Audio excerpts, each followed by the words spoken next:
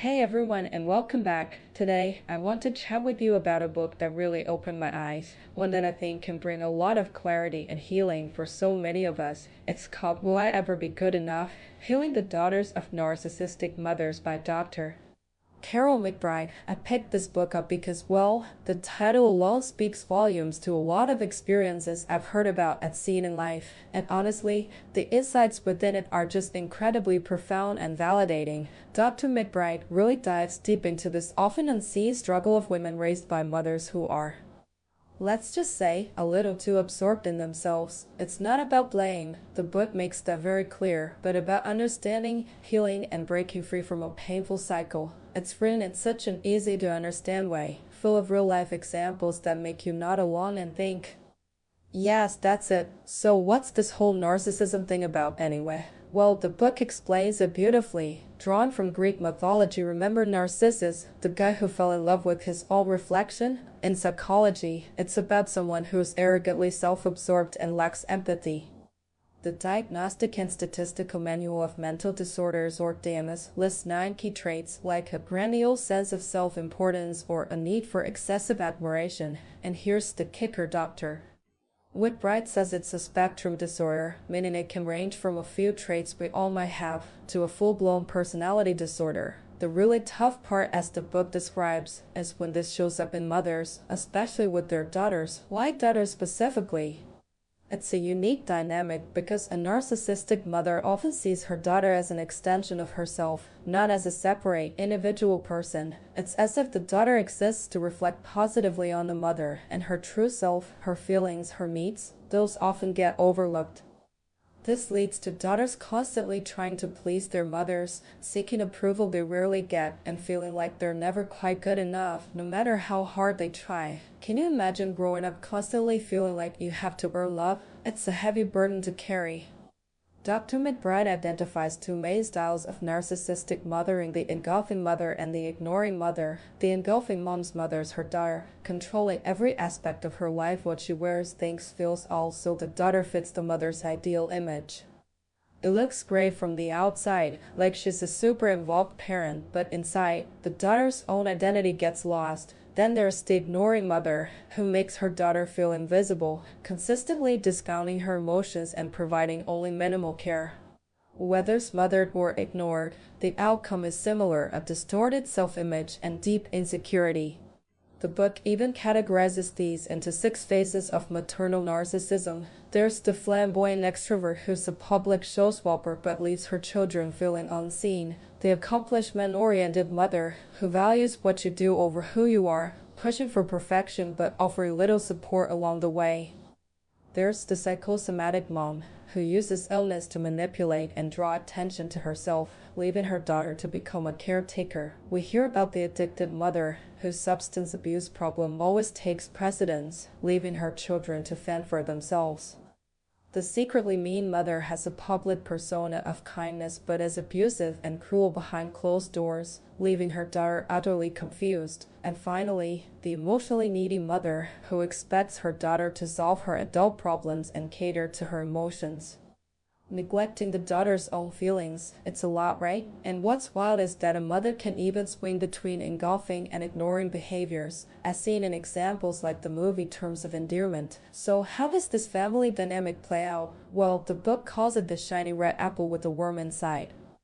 On the surface, things might look perfect, but internally, there's a lot of pain and dysfunction. In these families, it's always all about mom. The father often revolves around the mother, enabling her behavior and sometimes even blaming the daughter for arguments with the mother.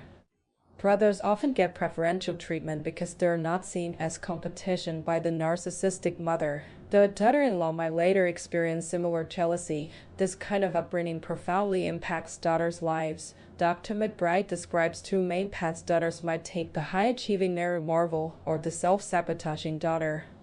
Mary Marvels work tirelessly, driven to prove their worth, often battling an imposter syndrome where they can't accept their own accomplishments. They're human doings rather than human beings, constantly exhausted and seeking external validation. On the other hand, Self-sabotaging daughters internalize the never good enough message and give up, numbing their pain with addictions or self-destructive behaviors. Both paths, despite their outward differences, led to similar internal struggles with self-worth and emotional emptiness. And when it comes to romantic relationships, it gets even trickier. Daughters of narcissistic mothers often have a damaged relationship picker, unconsciously choosing partners who recreate the dysfunctional patterns of their childhood. They might fall into dependent or codependent relationships, either looking for someone to take care of all their needs or becoming the perpetual caretaker themselves. This repetition compulsion often leads to disappointment and a deep sense of shame, making them feel like damaged goods.